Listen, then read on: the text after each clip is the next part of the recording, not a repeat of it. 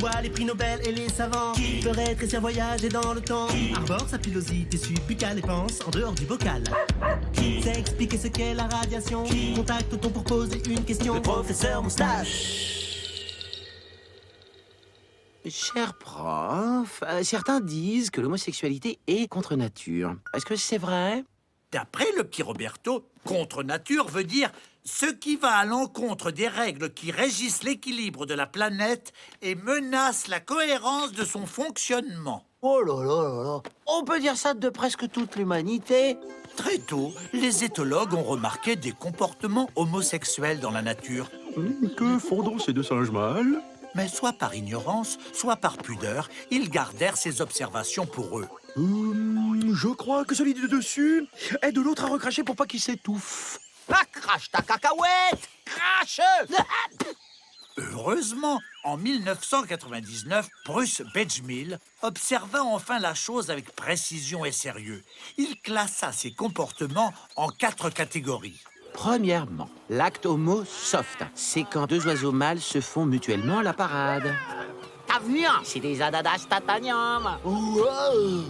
Deuxièmement, il y a l'acte homo soft, mais avec contact, comme les guenons qui s'embrassent. Ah, t'es trop belle. Puis l'acte homo avec contact, mais moins soft, comme le frappage de sexe entre singes appelé l'escrime. Et enfin, le rapport de couple homo, comme les manchots de Humboldt.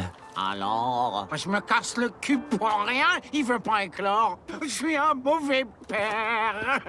Ouais, non, François. Les mâles essaient à deux de couver des pierres comme si c'était un œuf. Ces comportements homosexuels ont été étudiés chez plus de 1500 espèces, des singes en passant par les mouches.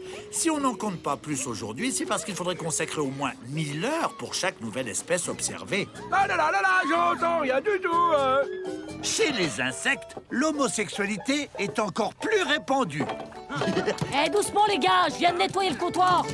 D'après un certain docteur Scharf, les insectes mâles s'accouplent, soit parce qu'ils sont trop pressés, soit parce que se fatiguer à identifier son partenaire est une perte de temps. Et au fait, t'es un gars ou une fille? Oh mais arrête, on s'en fout, continue. Eh, encore? Mais pas sur mon bar, les gars.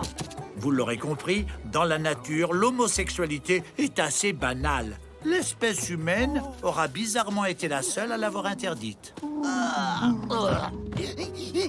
Plutôt que de chercher la petite bête là où il y en a pas, t'as fait tu mourras moins bête.